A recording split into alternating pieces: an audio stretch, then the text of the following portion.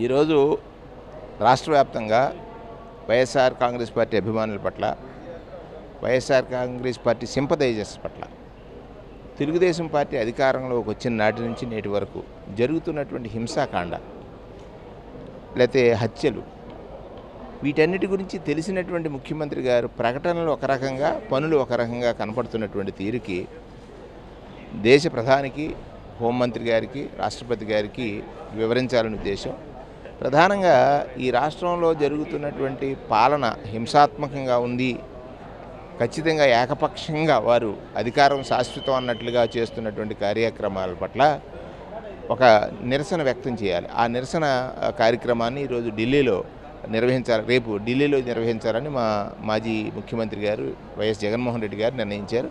దానికోసం ఈ ఆంధ్రప్రదేశ్ రాష్ట్ర ప్రజల యొక్క ప్రాణమాన రక్షణ, ధన ప్రాణమాన రక్షణ ప్రజాప్రతినిధులుగా ఉన్నా లేకున్నా ఖచ్చితంగా మనందరి బాధ్యత. ఒక్కసారి వారి ముఖ్యమంత్రి గారు చంద్రబాబు నాయుడు గారు ఆత్మపరిశీలన చేసుకోవాలి. జరుగుతున్నటువంటి కార్యక్రమాల పట్ల ఆయన స్పందిస్తున్నారు.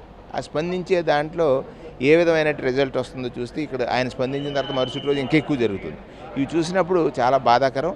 ఈ హింసాత్మక ఘటనమైన వైఎస్ఆర్ కాంగ్రెస్ పార్టీ పేదల పక్షాన్ని నిలబడుతుంది, వైఎస్ఆర్ కాంగ్రెస్ పార్టీ శ్రేణుల పక్షాన్ని నిలబడుతుంది.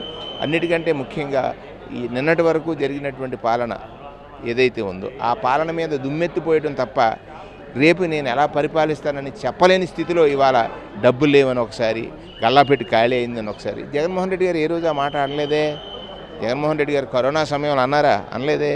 చూడండి, ఒకసారి ఆలోచించండి. మీరు ఏం చెప్పి అధికారంలోకి వచ్చారు, ఏది చేయాలనుకుంటున్నారు, దాని మీద ఒక స్పష్టమైనటువంటి ప్రకటన లేకపోతే స్పష్టత ఇవ్వాల్సిన బాధ్యత ప్రజలకి ఉందనేటువంటిది స్పష్టమైనటువంటి అంశం. దానికోసమే రేపు ఈ ప్రభుత్వం యొక్క కళ్ళు తెరిపించడానికి ఢిల్లీలో నిరసన కార్యక్రమం చేపడుతున్నారు. ఢిల్లీలో ఎందుకు చేస్తున్నారు, ఆంధ్రప్రదేశ్ చేయొచ్చు కదంటూ షర్మిల కూడా నేను మాట్లాడిన పరిస్థితి ఉంది. ఏం చెప్తారు? షర్మిలమ్మ మాటలు ఎలా ఉన్నాయంటే, వారికి అసలు ప్రభుత్వం చేస్తున్నటువంటి దురాగతాలను ప్రశ్నించినటువంటి షర్మిలమ్మ గారు కేవలం ఏదో వ్యక్తిగతంగా వారి సోదరుల్ని విమర్శించడం అనేటువంటిది ఎంతవరకు భావ్యం అనేది ఆవిడ ఆత్మపరిశీలన చేసుకోవాలి.